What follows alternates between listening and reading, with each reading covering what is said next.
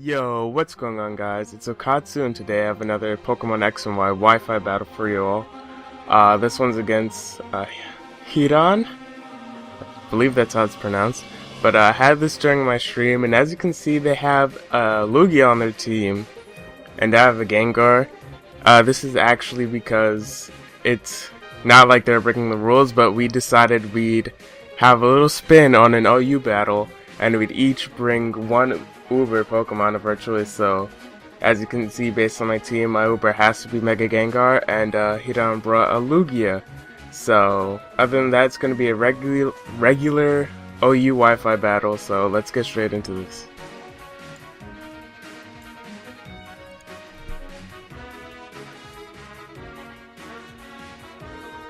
So Hiran's gonna lead off with her Tyranitar, and I'm gonna lead off my Greninja, predicting her to lead off her Tyranitar. Now, even though Tyranitar does get a boost in special defense due to the Sandstorm, I'm predicting her to lead with it just because it looked like the only Pokemon on her team that could set up Stealth Rocks. It actually ends up being Mega Tyranitar, so at this point I'm afraid of a Dragon Dance. But the reason I led off with my Greninja is because I don't have to worry about the special defense boost that Tyranitar gets, because my Greninja actually is a physical attacker. So I go for the Power Up Punch on the first turn, and I get my one stage and attack boost. And here, to avoid taking another Earthquake, as she just went for on the first turn, I'm actually going to go for the Acrobatics, being able to avoid taking any damage. She brings in her Lugia just to take another Power-Up Punch, and as you can see, this Lugia doesn't have multi-scale since it showed pressure as it came in. The Lugia is going to take some damage from Sandstorm after my Acrobatics, and on this turn I'm going to go for it again just because it's my most damaging move. And I'm actually going to get a crit, which mattered in taking out the, whatchamacallit, the Lugia. So he's actually going to send in his Excadrill this time. Since I don't really need my Greninja for much, I'm actually just going to go for the Shadow Sneak just to get off damage, which actually plays a crucial role later in the battle. And I know I had to go for Shadow Sneak just because this Excadrill was Sand Rush, which is why she has Tyranitar in combination with Excadrill and no Mold Breaker. So on this turn, I'm going to send in my Landorus Incarnate, and I'm going to be able to do pretty much take out this Excadrill with whatever I want to go for, because the Sandstorm is gone and lost its speed boost. She actually switches in her Gastrodon on my Landorus's Earth Power, and because my Landorus, even though it is Rock Polish, it's not modest, it's timid. So I'm not going to be able to 2-hit KO this Gastrodon, and I'm going to switch in my Dragonite as the Gastrodon goes for Recover. Now, I was just thinking that because I wasn't able to 2-hit KO it with Earth Power, that the Gastrodon might be a special defender. So I just went out into my Dragonite just to get off some damage. I go for Dragon Claw as she brings in her Tyranitar, and it does nothing at all. I'm not sure if this Dragonite was choice bended or not. I actually forgot what I put on it during this battle. It was a while ago. But seeing as I went for Dragon Claw, she's going to be able to switch out and go to her Mandibuzz and easily eat up any hit that I want to go for with this Dragonite. The Dragon Claw does about 40%. So looking at that, I'm thinking that I might have put a choice band on this Dragonite, and I don't have Outrage, unfortunately. So now I'm just going to switch straight into my Gardevoir, because Gardevoir can take anything this Mandibuzz wants to go for, even a foul play, and I can be able to take it out with a Moonblast. So since my Gardevoir is actually Scarfed, it's going to be able to outspeed, even though I don't think it would matter anyway.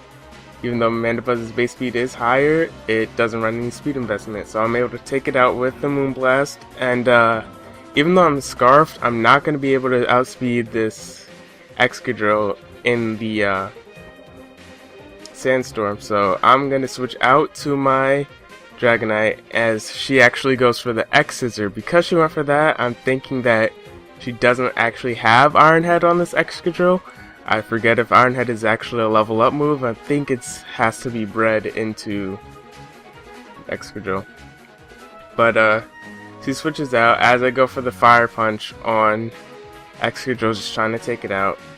And Tyranitar is going to be easily able to eat up that hit, so she saves her Pokemon to summon the Sandstorm, which lets Excadrill continue to come in and have that speed boost. So I go for Fire Punch again, pretty much sacking off my Dragonite, seeing as it can't really do much, especially since the Tyranitar is on such low health that anything from any Pokemon of mine will be able to take it out.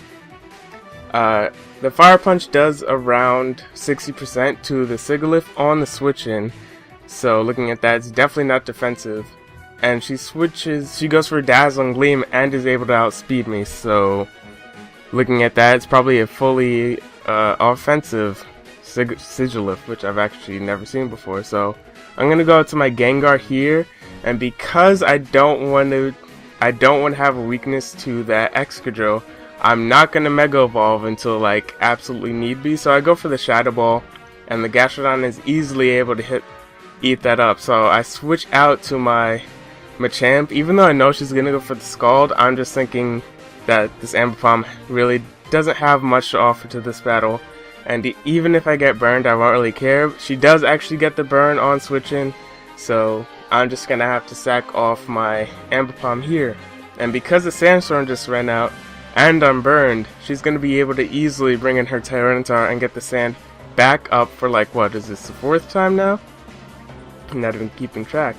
But all these turns the Excadrill can be getting a speed buff. I'm going to go for the Fake Out this turn, and does like, what, 1 damage? This thing burnt is just pitiful. Since it's burnt, I'm just going to keep going for moves, even though it's not going to be able to take out the Tyranitar, so I'm not sure how much of a waste that was. I go for the Fling here, just fling my King's Rock and get another flinch off on the Tyranitar. Since it's Fling, it's actually going to be able to do a bit of damage to the Sigilyph on switching, but not enough to take it out. On this turn, I'm actually just going to go for the Covet, and I'm going to be able to take the Sigilyph's item and kill it at the same time.